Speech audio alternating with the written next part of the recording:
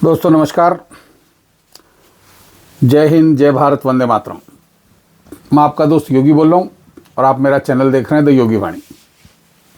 और आज हम बात करेंगे राजस्थान के चुनाव की, जो कल यहाँ वोटिंग हुई है। और ऐसी बम्पर वोटिंग हुई है, कई मतदान केंद्रों पर रात को 8:30 बजे तक मतदान हुआ। 6 बजे तक जो मतदान केंद्र के अंदर आ गए वो सब वोट डाल के ही निकले। तो अंतिम आंकड़ा आज जारी हुआ तो 74 पॉइंट, तकरीबन 74.5 यानी 75 होते होते रह गया। पिछली बार से तकरीबन 3% वोटिंग ज़्यादा हुई इस बार। और बम्पर वोटिंग के मायने मैंने आपको कल भी समझा दिए थे। बीजेपी की लैंडस्लाइड विजय यहाँ नज़र आ रही है। अब कुछ सीटों पे कुछ लोगों की बात करें तो कौन यहाँ जीत रहा है, कौन हार रहा है, तो इस तरह का एक सबसे बड़ी बात हम शुरुआत ही करते हैं। कांग्रेस के प्रदेशाध्यक्ष लक्ष्मणगढ़ में गोविंद सिंह डोटासरा चुनाव हारते नजर आ रहे हैं, ये कन्फर्म मान के चलिए। उधर खींवसर में जो आरएलपी के नेता हैं हनुमान बेनीवाल, वो जीत रहे हैं और संभवतः 3 या 4 सीटें हों राजस्थान में जीत पाएंगे वो। इसी तरह पूर्व मुख्यमंत्री वसुंधरा राजे अपनी सीट निकाल रही हैं और इसी तरह सचिन पायलट और अशोक गहलोत की सीटें भी निकलती नजर आ रही हैं। लेकिन वसुंधरा के खासम खास रहे यूनुस खान डीडवाना से चुनाव हारते दिख रहे हैं। कांग्रेस की दिव्या मदेरणा भी अपने चुनाव में फंसी हुई हैं, तो वहाँ थोड़ी सी मुश्किल है। बाबा बालकनाथ तिजारा में बिल्कुल बम्पर विजयी प्राप्त करने जा रहे हैं। वोटिंग प्रतिशत 85% ज़्यादा हो चुका वहाँ, ये मान के चलिए एक तरफा वोट। कामा में एक करिश्मा हो सकता है। कामा में जो बीजेपी की कैंडिडेट हैं वो वहाँ जीत सकती हैं, जाहिदा खान हार सकती हैं। उनके खिलाफ एंटी इनकम्बेंसी बहुत ज़्यादा नज़र आ रही है। बम्पर वोटिंग और कामा में शायद कमाल होगा, अगर होगा तो। ये सिर्फ संभावनाएं हैं, जो ग्राउंड की रिपोर्टिंग, लोगों से मिलजुल के, लोगों से बातचीत करके, कुछ और यूट्यूबर्स के वीडियो देख के जो ग्राउंड रिपोर्ट मेरे को मिल रही है उसके आधार पे मैं बता रहा हूँ। तो इस तरह का सीन बना हुआ है। और बात करें जयपुर की, तो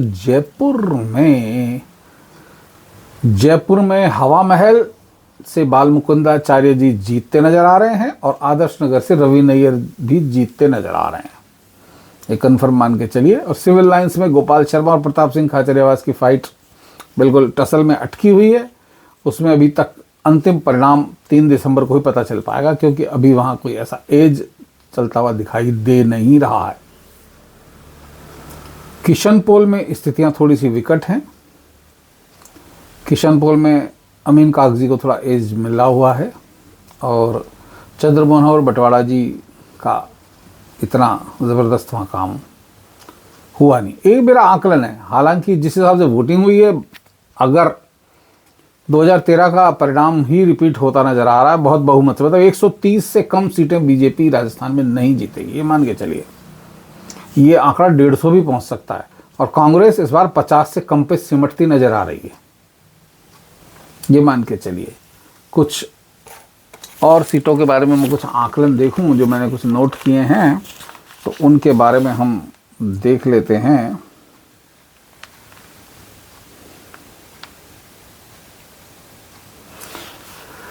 नवलगढ़ से राजकुमार शर्मा हार रहे हैं, निर्दलीय लड़ रहे हैं, वो हारते नजर आ रहे हैं।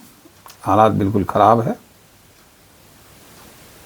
बस्सी की जो सीट है वहाँ जितेंद्र मीणा बीजेपी से बागी होकर चुनाव लड़ रहे हैं, तो वहाँ के उम्मीदवार को बड़ी चुनौती दे रहे हैं। तो बस्सी की सीट थोड़ी सी मुश्किल नजर आ रही है वहाँ। और शिव से रविंद्र सिंह भाटी निर्दलीय जो बीजेपी से विद्रोह करके लड़ रहे हैं, वो जीतेंगे कन्फर्म, क्योंकि उनके साथ आरएसएस का कैडर भी लग गया और छात्रों की उनके पास बहुत अच्छी युवाओं की फौज है। तो बहुत ज़बरदस्त सफाया होने जा रहा है कांग्रेस का। किरोड़ीलाल मीणा सवाई माधोपुर में ज़बरदस्त जीत हासिल करते नजर आ रहे हैं।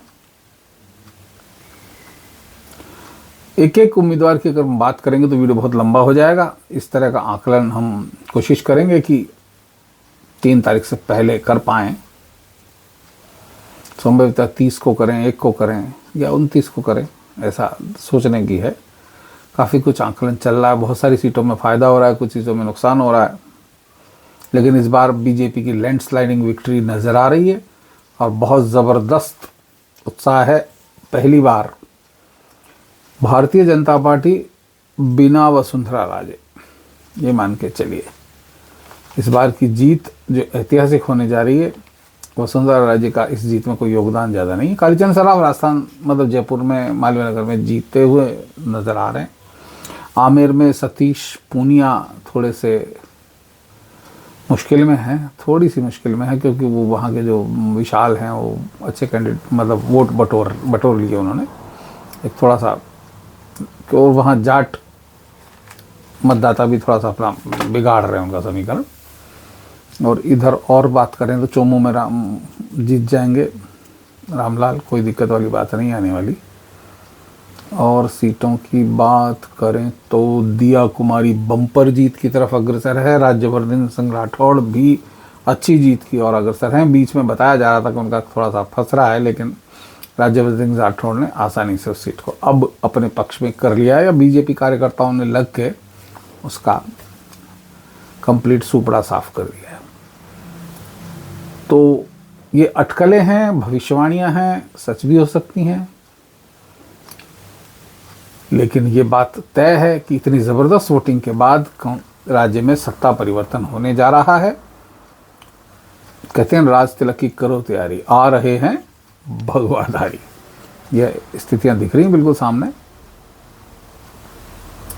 गुर्जर वोटों की जो लामबंदी ने ज़बरदस्त माहौल बनाया है, और सचिन पायलट के साथ कांग्रेस ने जो अन्याय किया था, समझ लीजिए गुर्जर लोग बदला लेने पे उतार हो गए कांग्रेस से, और उस बदले की कीमत बीजेपी के पास पहुंचने वाली है। और बीजेपी यहाँ भारी बहुमत से सरकार बनाने जा रही है।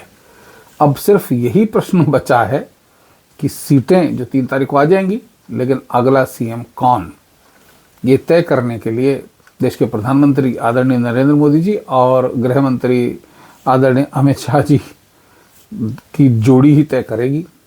बीजेपी का आलाकमान फिलहाल वही है, और मेरे को एक बहुत उम्मीद जो लग रही है, बता रहा हूँ, वसुंधरा जी को इस बार टिकट दिया गया यहाँ से, और संभवतः जब लोकसभा चुनाव होगा तो भी वसुंधरा जी को टिकट दिया जाएगा, और उनको दिल्ली बुला के संसद में बैठा के और एक सम्मानजनक विदाई दी जानी की शायद सोच है, और दी जाएगी, ऐसा कुछ है। कुछ अंदर खाते कुछ ऐसा समझौता आपस में हुआ तो है, अब वो क्या हुआ ये तो खुलता नहीं। जब राहुल गांधी चीन से समझौता करे वही नहीं खुला, तो ये तो अंदरूनी पार्टी के समझौते हैं, इनके खुलने के कोई आसार नज़र नहीं आ रहे। तो स्थितियाँ यही हैं। बीजेपी की जीत की बीजेपी कार्यकर्ताओं को और बीजेपी के वोटरों को, समर्थकों को बहुत बहुत बधाई। मैं भी उनमें से एक हूँ, मैंने भी अपना वोट दिया है आदर्श नगर में रवि नैयर जी को, ये समझ लीजिए बीजेपी का वोट है।